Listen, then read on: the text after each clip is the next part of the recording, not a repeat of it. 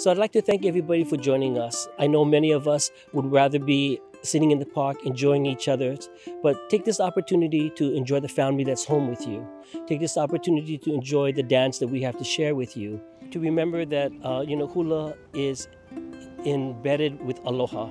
And Aloha is a kako thing. It's for everybody. There's a lot to say to the people who put this festival together. We want to thank all of them, from the board of directors of the Moanalua Gardens Foundation to the sponsors that have helped to put this festival together, to all our cameramen, our makeup crew, our technical crew, and everybody. It is a kako thing, and it is also a kako thing for everybody to treat everybody with respect and aloha. It is a trying time. It is a time where each of us have to search within ourselves to find out where we will be, and think about how lucky we were in the past, what we're doing right today, and what our future is going to be, where we will take our hula and where will we be, and hopefully we'll be all enjoying it together soon.